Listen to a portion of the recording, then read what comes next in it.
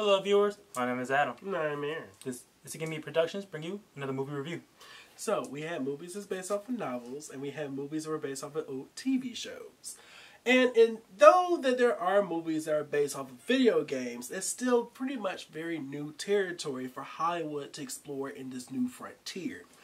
And hopefully, more consistently good product. Video games have had a reputation of having some very poor adaptations. That's so true. And I'll say, into the late 2010s, mainly with Netflix around in the corner, through their more animated productions like Castlevania, Cuphead, and other properties, video games have been steadily getting a lot more high-end content. So here comes Illumination Studios to bring us the Super Mario Brothers movie. So, Super Mario Brothers, it is not its first time around in Hollywood. Back in 1990s, the first Super Mario Brothers film, a live-action movie. Yeah, we saw that one. Was released, and a lot has been said about that adaptation. Look, everybody knows that it was about time we actually got something that would look more closely to what it was supposed to be. And having Mario being an animated movie was the right direction. Exactly. Nintendo decided to make its own film studio. Ooh. So, where do we stand? How did this movie actually fare? So the story, and if you are familiar with any of all the Mario games, it sticks pretty close to what has become before with a slight twist. Yeah. Usually it's the save the princess from an evil empire or something like that. In this particular case, Bowser, who's the main antagonist of almost all the Mario franchise stories, Bowser being a giant turtle monster, king of the Koopas, if you will, his infatuation to try and take Princess Peach, who is the princess of the Mushroom Kingdom, is his main and overarching goal. And little that he knows, his main adversary of trying to stop and preventing this plan from happening is a little man named Mario.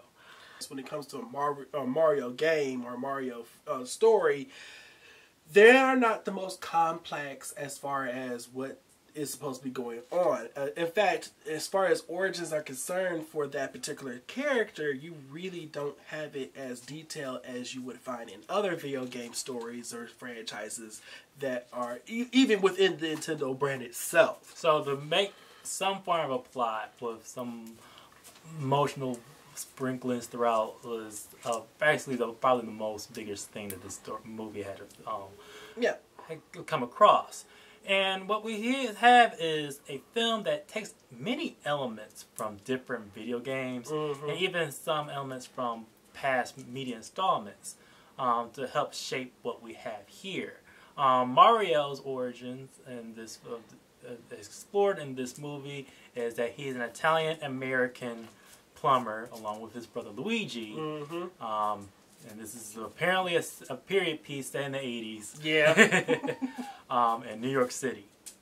And really from there, he ends up stumbling. Mario and Luigi's story is that there are up-and-coming plumbing service that has their own struggles to try and make themselves successful.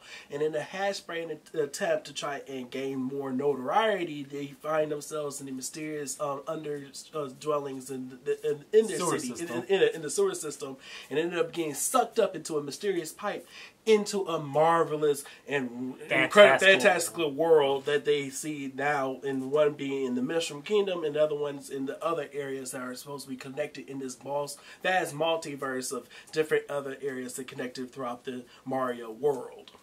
So right off the bat, if you're a fan of anime, this is technically an isekai story. Which has technically almost always been the case for any Mario story going forward. There's always been Mario going to some off-world and experiencing life and how it is there. But at the heart of it, saving Princess Peach. But it's not saving Princess Peach this time around. This movie. In this film, Mario has to go in search of his brother, who goes off missing when they go venturing off through the dimension portal plum. Which I will add is also a staple in the series. If he's not saving Princess Peach, he's saving Luigi or somebody in the world. Somebody's getting saved. So it's not necessarily all that different. No. There are, like, for any type of emotional beats that this movie could explore to possibly get have more of a better grounding for different audiences, despite the fair fact that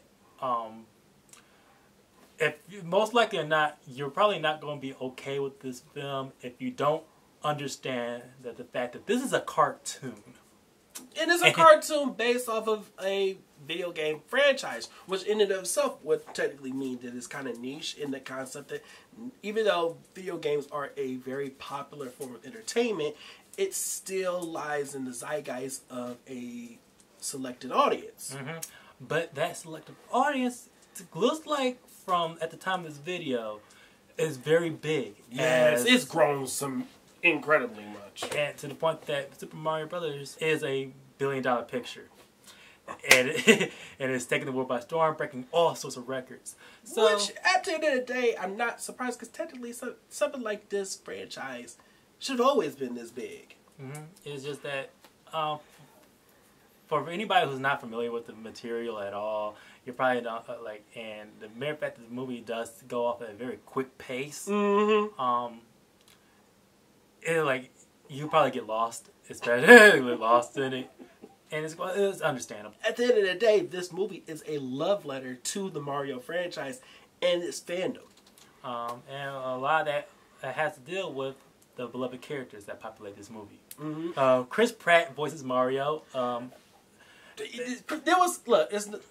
We already knew that was a out of the box pick right there, considering that Mario is again one of the most beloved video game franchise characters of all time, and the mere fact that they were still able to have the actual voice of Mario, Charlie Martlet, to have some of a very small capacity in this movie. It left a lot of some big shoes to fill as far as what Chris Pratt could bring to the role. And for the most part, for his role, they asked of him to do an Italian American New York accent, which is very specific. Yeah, because of the mere fact that they don't want a stereotypical Italian accent for the film.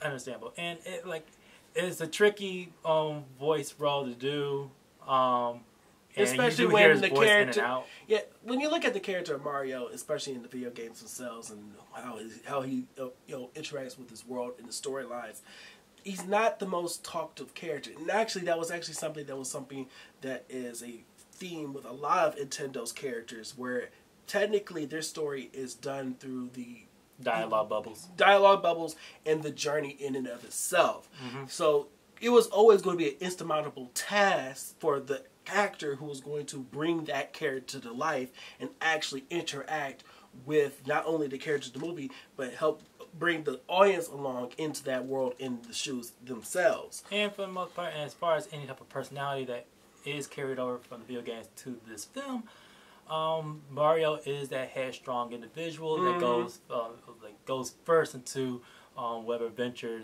is being asked of him. That's true. Luigi, voiced by Charlie Day, is actually very spot on with that character. Honestly.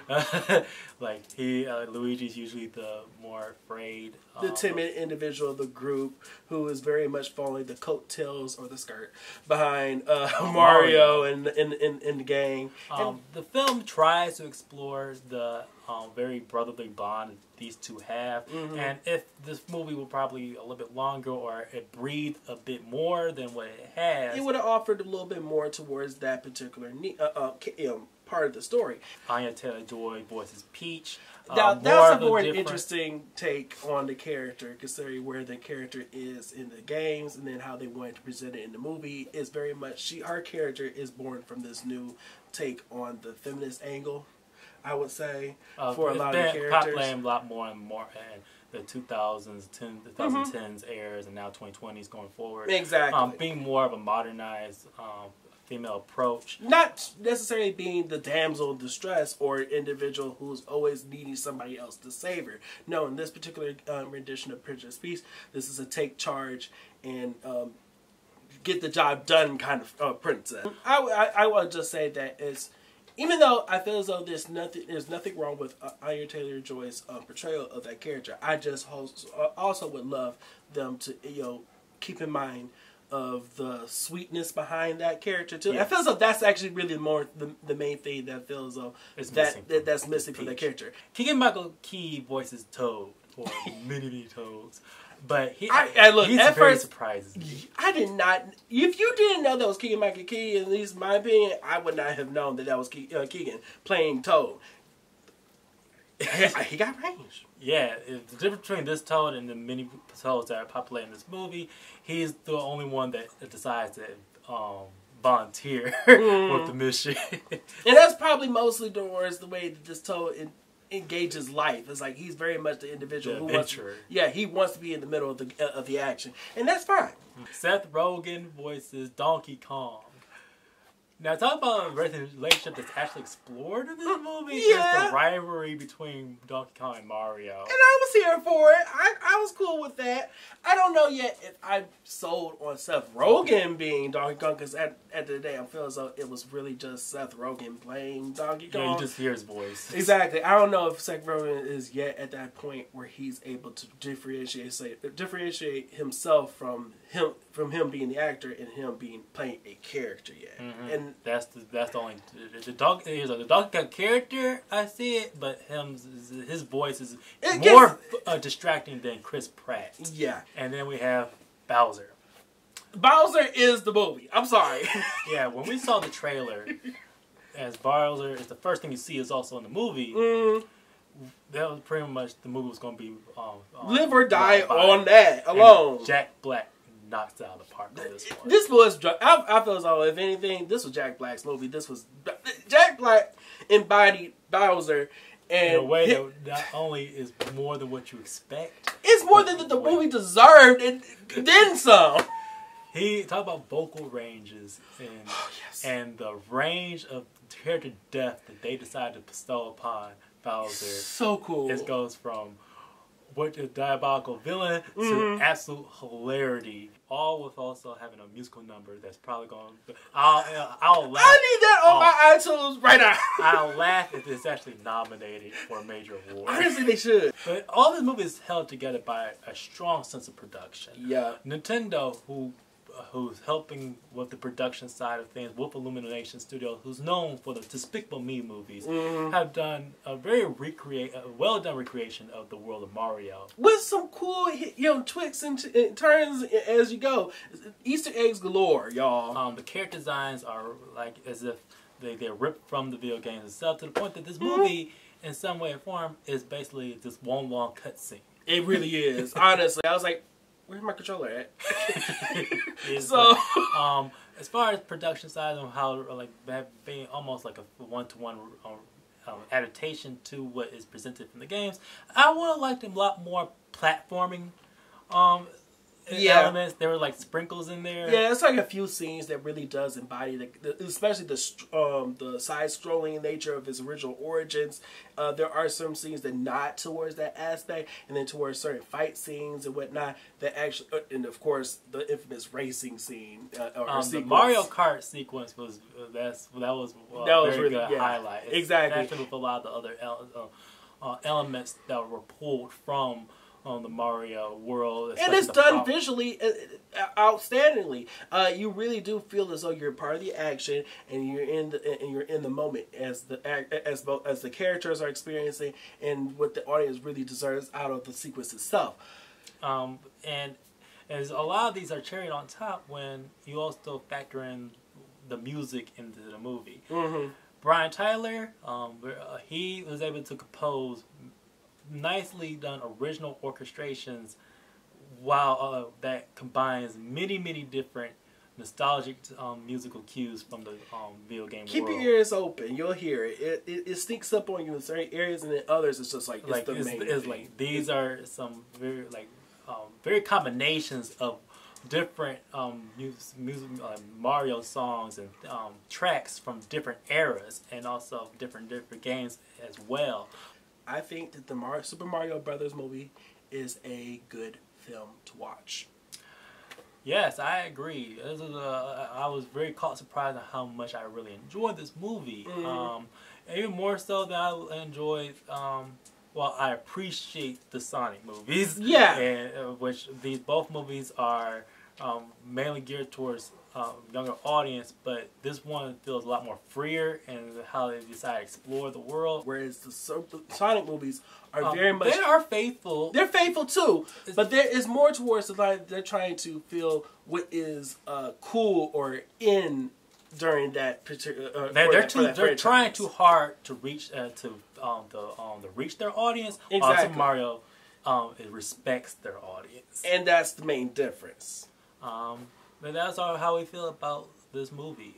Be sure to like, share, subscribe, and comment below. How do you feel about Mario and the world, and how well this movie adapted it? Are you looking forward to any sequels going forward? You know there is going to be a sequel. Sequel spin-offs. The movie leaves a lot open. Yeah, and honestly, I'll tune in. I'll come back. I'll watch it. Also, check our other outlets on Twitter, Instagram, and Facebook for content we don't necessarily post on this channel. Why? Because there's only so many hours left in the day and not enough time to do it all.